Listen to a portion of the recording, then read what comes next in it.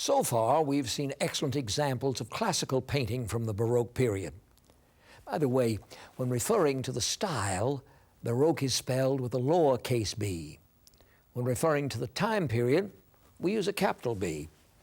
Now, Baroque style, in some respects, grew out of mannerism in the late 16th century. It shares an enthusiasm for emotionally moving art, but it employs a more sophisticated technique.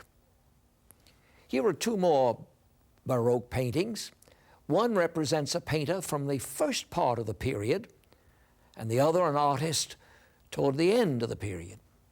This painting of the Annunciation was done by Giuseppe Cesare, who lived from 1568 to 1640. It shows strong Mannerist influences. Especially note them in the figure of the angel, whose exaggerated pose and gestures are typically Mannerist, in contrast to the rather stiff figure of the Virgin, whose only excitement of the presence of the visitor seems to be indicated by her hands, also in typical Mannerist pose. Stylistically, Cesare looked backward toward Mannerism. Now let's look at this return from the flight into Egypt. Here they seem to be greeted by young John the Baptist, who's in the foreground, handing the Christ child his identifying reed cross. And again he appears apparently in the background, helping Joseph unload the donkey.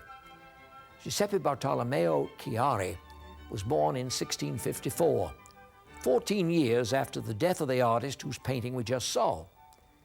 He looks toward the high Baroque style.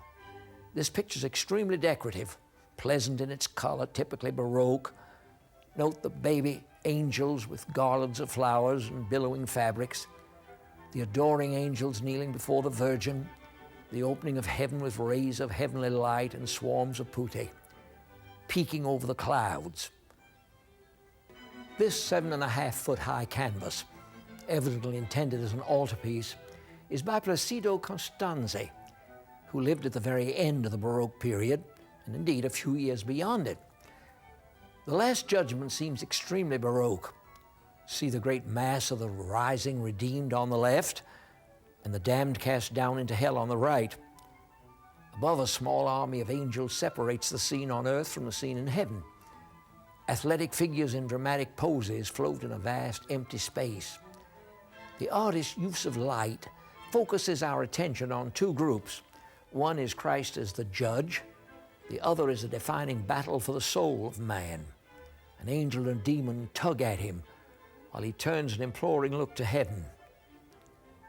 The Baroque artist sacrifices clear lighting and easy identification of characters for dramatic power. Compare Costanzi's treatment with that of the Mannerist, Giovanni Filippo Criscuolo. This bright, rather flat surface appears almost to have no atmosphere. Figures are athletic, but almost seem frozen in position. Each carries his traditional attribute, the object that identifies him for the viewer.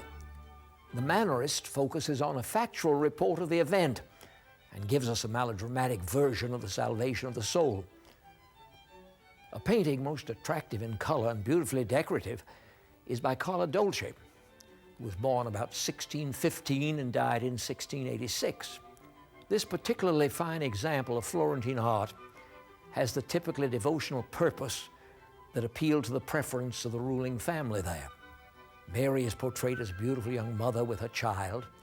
Only a glow about the heads identifies them as the Madonna and Christ child.